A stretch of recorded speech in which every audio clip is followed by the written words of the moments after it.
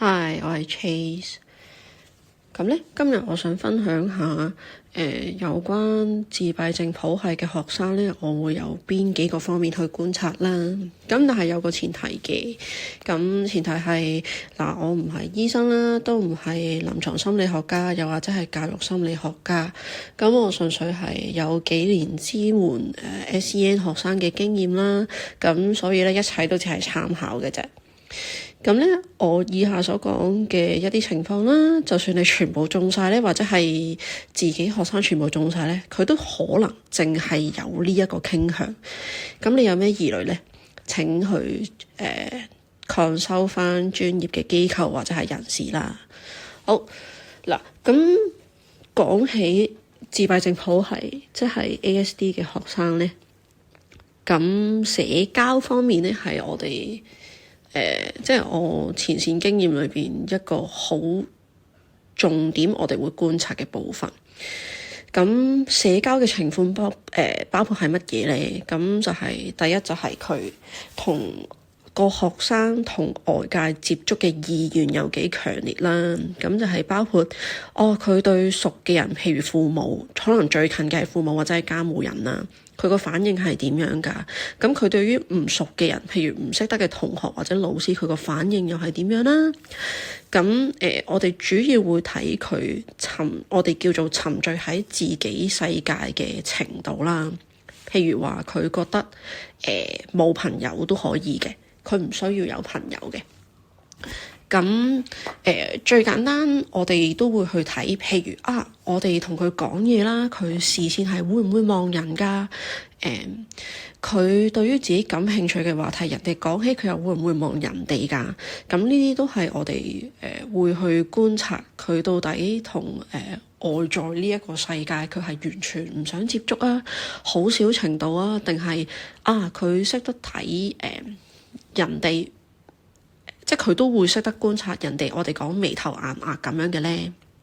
咁我哋咧社交方面咧，另外會睇佢，譬如我當呢個學生係會講嘢嘅，因為有啲學生係幾乎同你唔熟就完全唔會講嘢嘅。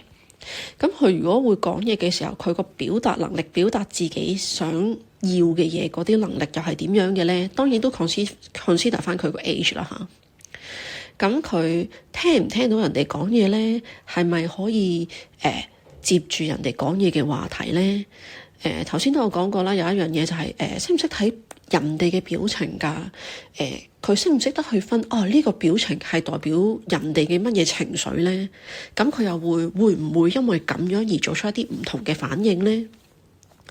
咁另外咧就係一啲社交嘅潛規則啊，譬如我哋話social distance 佢講嘢會唔會同人哋控到好埋，或者係喺好遠嘅地方同你講嘢，佢個聲量大細，佢其實係 sense 唔到，唔識得調節嘅咧。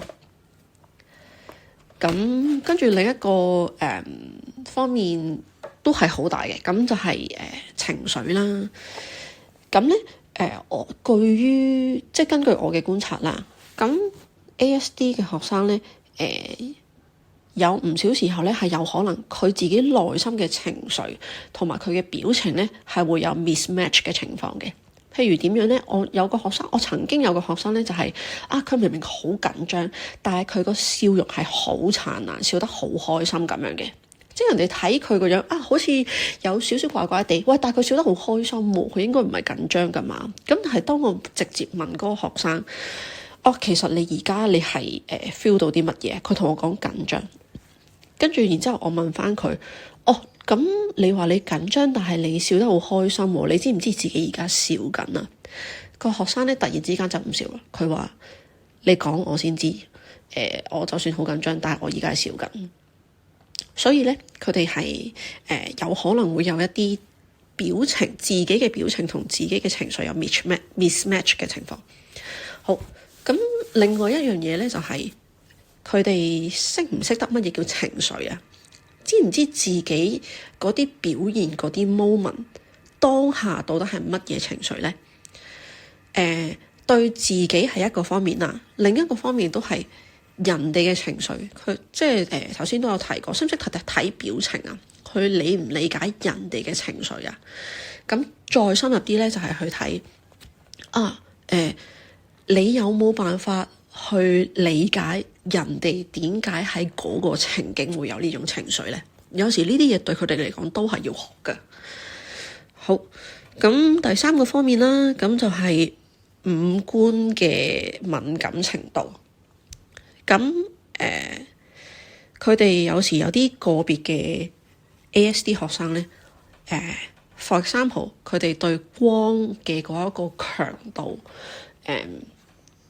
可能會特別敏鋭嘅，即係譬如我哋覺得黑啊，我哋開燈啊，可能對佢哋嚟講係太過刺眼，佢哋會受到一啲對佢哋嚟講好強烈嘅刺激，但係我哋一般人係唔覺得有啲乜嘢嘅。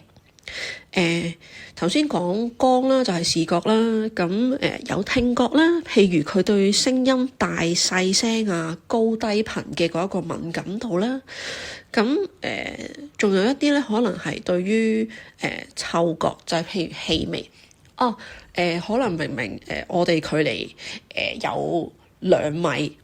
咁你係應該聞唔到我，理論上啦，正常啦，咁可能又唔係夏天咁樣，你未必會聞到我身上有咩味。咁但係佢可能會聞到你身上面嘅一啲氣味啊。For example 啦嚇，即係佢嘅嗅覺係特別敏鋭嘅。咁所以如果係譬如啦，如果嗅覺特別敏鋭嘅話，佢對於香味嘅刺激，譬如係遇到一啲噴香水嘅人，對於我哋唔覺得係乜嘢咧？對佢嚟講，嗰個刺激性就已經可能太過強烈啦。咁呢個點解我哋會特別留意咧？因為可能會成為一個 trigger，我哋叫。咁有 trigger 會發生咩事咧？呢個係第4點我會觀察嘅嘢啦。佢哋當被 trigger 到，佢哋嘅會有咩狀況咧？佢哋會有咩行為咧？咁呢樣嘢每個人都唔同嘅。咁我哋會話佢爆嘅時候係點樣㗎？就係佢譬如我當下譬如光嘅刺激對佢嚟講已經太強烈啦。咁佢係會有咩反應咧？佢係就咁眯埋眼流眼淚啊？佢會大喊大叫啊？定係佢會譬如眯埋對眼周圍走好似不受控制咁樣咧？咁有關呢一樣嘢咧，每一個學生、每一個人，有 ASD 嘅人，成人又好，中學生又好，小學生又好，佢哋嗰個反應都係唔一樣嘅。你話有冇可能佢被 trigger 到有一啲強烈嘅刺激，或者係佢冇辦法接受嘅情況發生，佢會成個人好似 freeze 咗咁樣唔喐咧？有可能嘅。但係因為佢嗰個情況未必影響到人哋，通常冇咁容易會俾人發現。咁然之後講第5點啦，咁就係一啲佢有冇一啲偏執嘅信念或者係一啲行為咧？特別係我哋有時會觀察佢有冇一啲我哋覺得人哋唔會重複，但係佢特登需要重複嘅行為發生咧？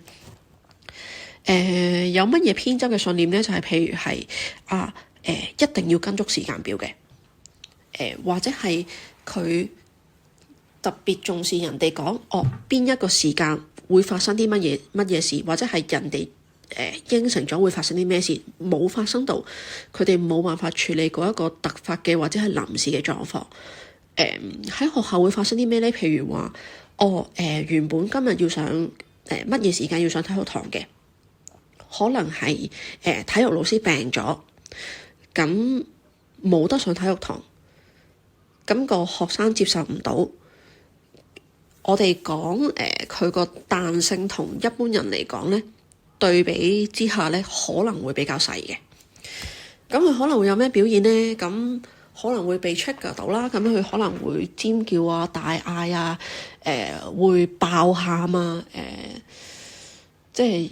特別係一啲會影響課堂啊、影響其他學生啊、其他人啊嘅表現咧，就會容易啲俾人注意到啦。咁又或者係一啲好重複性嘅行為啦，譬如都有可能係話佢會望住啲嘢一直轉唔喐嘅，即係佢成個人係睇到定咗喺度睇好耐都可以嘅。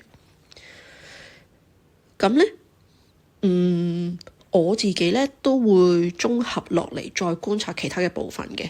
咁因為我要去支援佢啊嘛，所以我係要會去觀察埋，譬如佢如果喺學校嘅情景底下咧，佢執行指示嘅能力會係點樣啊？佢聽唔聽到人哋講嘢啊？聽咗佢會點樣理解咧？佢肯唔肯理你咧？佢自理能力係點樣啦？又有冇其他嘅傾向啦？譬如佢會唔會有過度活躍啊，或者係專注力不足嘅一啲傾向啊？最之前嘅時候有講到講嘢啦，咁佢會唔會有譬如選擇性緘默啊？有冇一啲唔理人好難溝通嘅情況啊？亦都譬如話佢大小肌肉嘅控制能力啊，佢身體協調能力又係點樣呢？咁如果你覺得我講嘅嘢，哇，你都即係講到好多方面喎，即係成個人噶咯喎。係你講得冇錯。咁佢哋就係唔好講佢哋啦，我哋就係每一個人都唔一樣啊嘛。所以就算全部中晒，佢都有可能就係傾向啫。因為專家評估咧有好多個方面我諗都有好多唔同嘅情況嘅，咁所以就我講嘅可以參考一下啦。